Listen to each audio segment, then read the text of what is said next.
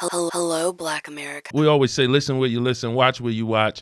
Thank you to the people that's checking in on Spotify, on YouTube, watching the visual experience. And shout out to everybody who we interact with and engage with in the comments. You know, some people who are already championing what we're doing. There's some people who are opposed. We love it. We love to see everybody in the comments. And you know, shout out to those of you who have reviewed us. It makes a difference. Even if you just, you know, hit 5 stars and just, you know, you don't have a question, you just want to pat us on the back, whatever you want to do, it makes a difference. So, all right. So when I discovered this brother, No Limit Eddie, young man, one thing that just took me, the first thing that hit me is this guy is just a courageous guy. He's not waiting for permission. Right. He's not waiting for everything to be cool and everyone go. You know, he basically said at a young age, 21, I believe, I'll see you guys later. Meet me out there. I got to see how he came to this decision. Yeah. Who does that? But he does, apparently.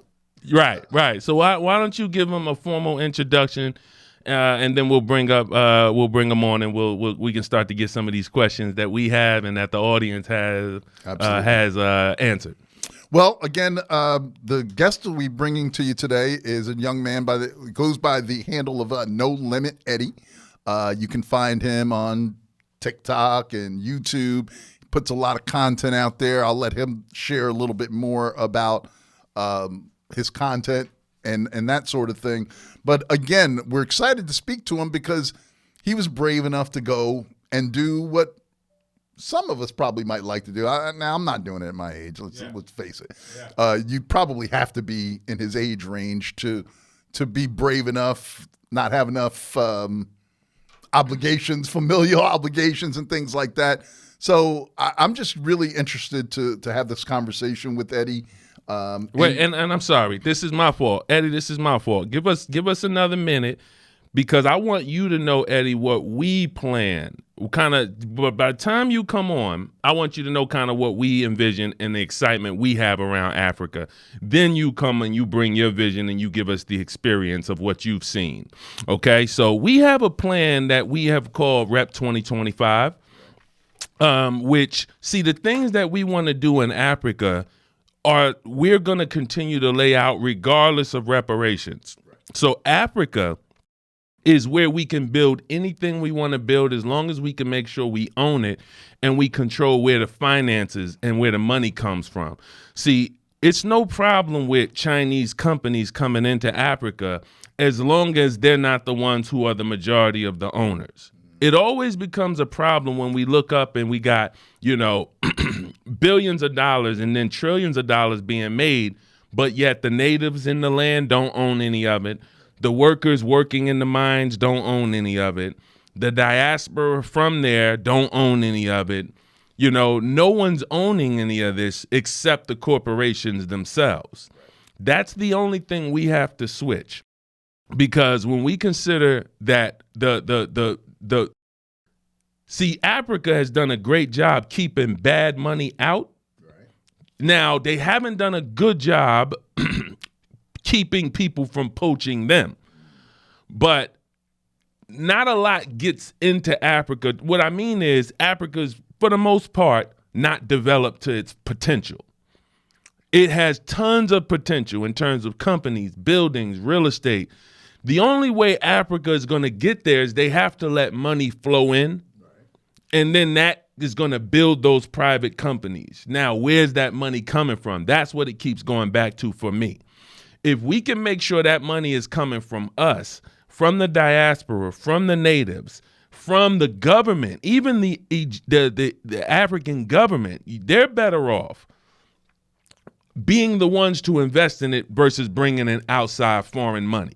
Because when you, and this is just my opinion, when you bring in outside foreign money, that comes with its own set of requirements. They want control. Strings, thank you. We don't need that. What we need is a collective group that will continue to build, that see that the promise of businesses and equity and wealth and peace is in Africa. And that's where at least half of our investment should be there. I have no problem with a person who's investing their in the stock market, in the real estate market in the U.S. But I think we've done a great job of laying a foundation, whether and showing you why we should not be investing exclusively in the U.S. as a people anymore. Be it, the threat of their economic health is challenged, whether they're going to be a superpower in the long run, that's up for debate. But also, they've burnt down every city we've built over the last 70, 80 years. We did an episode on that. So being that, so you've given us a lot of reasons to not even build here at all. I'm not going to be one of those people who's anti-building in America, but I am certainly 50-50. We need to be at least investing half of our resources, half of our assets, our wealth, our retirement. And I'm hoping that Eddie can do a great job of letting us see what it's like in Egypt and South Africa. Instead of people looking like they used to and saying, man, when I retire, I want to retire down south. I want to retire out in Pennsylvania. We really want to get people to say, including ourselves, we want to retire over in the motherland. That would be great. That's a great dream, a great idea, a great vision, if you will. And I hope we can bring it to fruition. But we have a young man who can help us understand whether or not our vision is realistic or not. Is it something that we could actually do? So without further ado, why don't we bring our guest on? I guess we don't have an applause that we can do, but when we bring our guest into the building here, we got No Limit Eddie on stage, ladies and gentlemen. What's going on? Clap it up for this young adventurous jet setter. All right. Welcome to Hello Black America. And what we always ask you to do when we start, this is a tradition, and it'll be a tradition among all our guests. You got to just give one big hello, Black America. All right. Hello, Black America. All right. Strong. Strong. Absolutely. Thank you for joining us, Eddie. We appreciate your flexibility and working with us and getting this done. We were excited to speak with you. I think the first thing I want to know, because you start all of your videos with this, let's start with your traditional greeting that you give on all your content. What is that, and what is that? What's the meaning behind that particular greeting that you normally give? Yeah. Okay. Well, first, I appreciate being on here, being on a platform. Thank you guys for inviting me on. And as far as what I say in the beginning, I say shalom, which just means like peace be unto you all. That's basically what it means. Absolutely. Yeah. That aligns with what we're talking about. We consider ourselves peacemakers, and you are greeting everybody with a greeting that is peace unto you. So shows you some alignment right there. Yeah. We didn't set that up.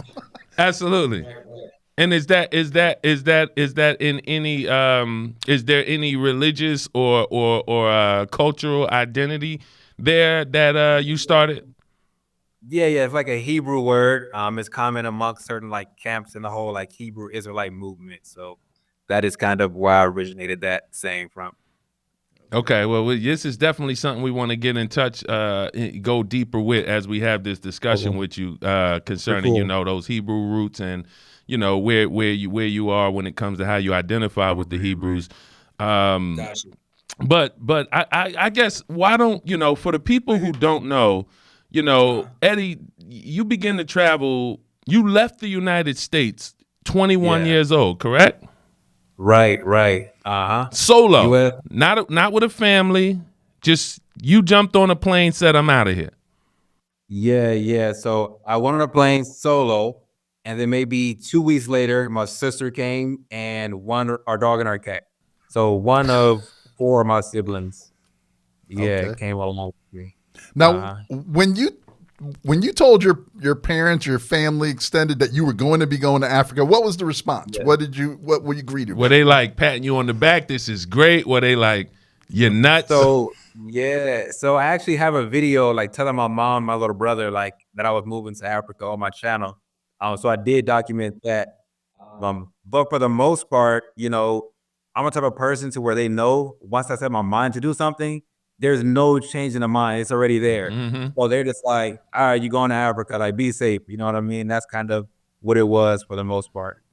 Now, Yeah. from my understanding, you were planning to move somewhere like within the States, and then kind of took a left turn and decided to go to Africa. What informed that decision? Yeah, like take us Yeah. back to where you were mentally when you decided that you were going to leave. You know, there's a point in time where Abraham in the Bible has a revelation from God where God tells him to leave his hometown. And you know, what was that like? When did you first start getting the messages that, you know, that you felt like, you know, God was telling you leave where you came up? You know, take us through all of that. Go ahead, take your time. Got you. So that really started when I was around 17 years old.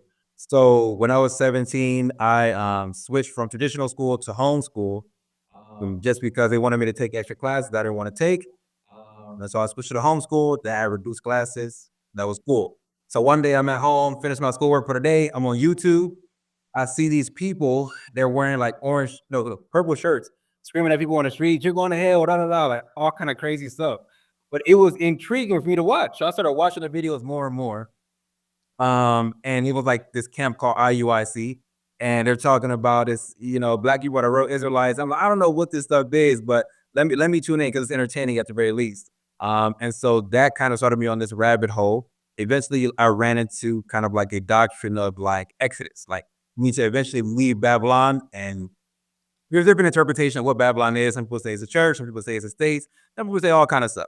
So either way, the camp that I kind of ran into was like Babylon is the states, and you need to eventually leave. So I was around 17 years old. So that's when I set the vision. Okay, I'm going to leave the U.S. one day. When I turned 18, I got a passport, even though I had never flown anywhere a day in my life. I had never even been more than 4 hours outside of LA until I left to Africa. Um, and so, yeah, I started kind of doing it around that time, kind of making that vision. And then COVID came around. It was 2021 around there. And I was like, okay, LA is kind of crazy. I think I should move to Vegas, a little bit lower cost of living, maybe a little bit better just as far as laws. And I applied for an apartment. I got approved for it and everything like that. We're pretty much ready to go. Then I had a dream that like I should not be going to Vegas. I should go somewhere else. So I don't know where. I started praying again. Week 2 comes in. And these people, African Americans in Tanzania, like we're living in Tanzania and it's great. And so it just so happened that around that time, Magufuli, who was the president of Tanzania, he wasn't doing any COVID tests, no COVID vaccines. The country was completely open. And so the thing, this seemed like a good spot to go to, especially right now. And then like a few months later, I was in Tanzania. So that's kind of the whole rundown. Started at 17, made the move at 21. So yeah. Wow. Hello, Black America.